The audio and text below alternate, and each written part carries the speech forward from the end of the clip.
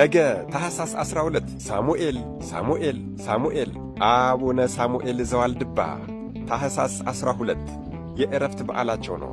ኀጢአት አይሻገርብሽ ያልኋትን ዋልድባ ገዳምህን የረገጠውን ትንሹንም ትልቁንም ሴቱን የ80 ቀን ወንዱን የ40 ቀን እንደ ሕፃን ንጽሕና ጸጋን እሰጥልሃለሁ የተባሉት ስምህን የጠራ ስምህ ሲጠራ የሰማ የገድልህን መጽሐፍ የጻፈ ያጻፈ የሰማ ያሰማ የተረጎመ ያስተረጎመ ገዝቶም ሆነ አስጽፎ በቤቱ ያስቀመጠ እንዲሁም ደግሞ መታሰቢያህን ያደረገ ዝክርህን የዘከረና በዓልህን ያከበረውን ሁሉ እኔ ለአንተ በሰጠሁህ ርስት አንተ ባለህበት የብርሃን ከተማ ከአንተ ጋር ይኑር የተባሉት ቅዳሴ ማርያምና ውዳሴ ማርያምን ሲጸልዩ ከምድር 3 ክንድ ከፍ ይሉ የነበረ ቅዳሴ ማርያምን በመጸለይ ውሃውን ወደ ህብስትነት ይቀይሩና ደቀ መዛሙርቶቻቸው ልጆቻቸውን ምግብ ይመግቡ የነበሩት። በዚህም የተነሳ እናታችን ቅድስተ ቅዱሳን ቅድስት ድንግል ማርያም ከሰማይ ነጭ ህብስት አመጣ የሰጠቻቸው ሲሆን ወዳጄ ሆይ እንዳንተ በፍቅር ሆኖ በእምነት ሆኖ ውዳሴንና ቅዳሴን የሚያደርስልኝን ሰው ከልጄ ከወዳጄ ጋር አማልደዋለሁ አስታርቀዋለሁ ብላ ቃል ኪዳን ገብታላቸዋለች።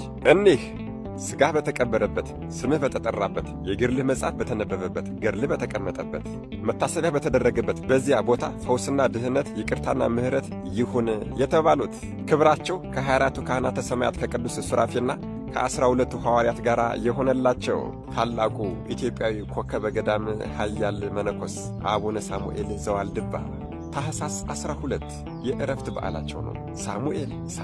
ሳሙኤል ያላቸው እኮ መድኃኔ ዓለም ኢየሱስ ክርስቶስ ነው። አዎ ቅዳሴ አስቀድሰው ቆርበው ከመነኮሳት ወዳጆቻቸው ጋር በሚወጡ ጊዜ ቆርበው ከሚወጡት መነኮሳት ውስጥ አንዱ አስመለሰው አስታወቀው። በዚህ ጊዜ ቅዱሱ አባታችን አቡነ ሳሙኤል ስለ ሥጋ ወደሙ ክብር ሲሉ ያንን መነኩሴ ያስታወቀውን ቱኪያ ጎንበስ ብሎ በአፋቸው ሙሉ ለሙሉ ተቀብለውታል። በዚህ ጊዜ መድኃኔ ዓለም ኢየሱስ ክርስቶስ ከሰማይ ሳሙኤል አላቸው። ቀና ሲሉ 7ቱ ሰማያት እንደ መጋረጃ ተገልጾላቸው አጋዕዝተ ዓለም ቅድስት ሥላሴን በክብር እየተመለከቱ መድኃኔ ዓለም ኢየሱስ ክርስቶስ በሰዎች ፊት እንዳከበርከኝ እኔም በሰማያዊ አባቴ ፊት አከብረሃለሁ ብሏቸዋል።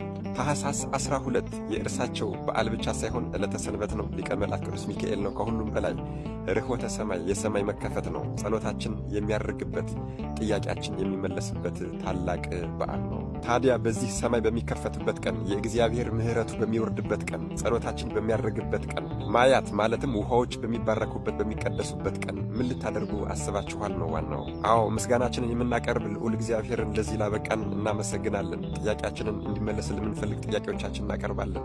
ዕለተ ሰንበትም ከመሆኑ ጋር ተያይዞ በዚህ ቀን በጎን ሥራን ብቻ በመስራትና በማሰብ እናሳልፈዋለን። መድኃኔ ዓለም ኢየሱስ ክርስቶስ አስተዋይ ልቦናና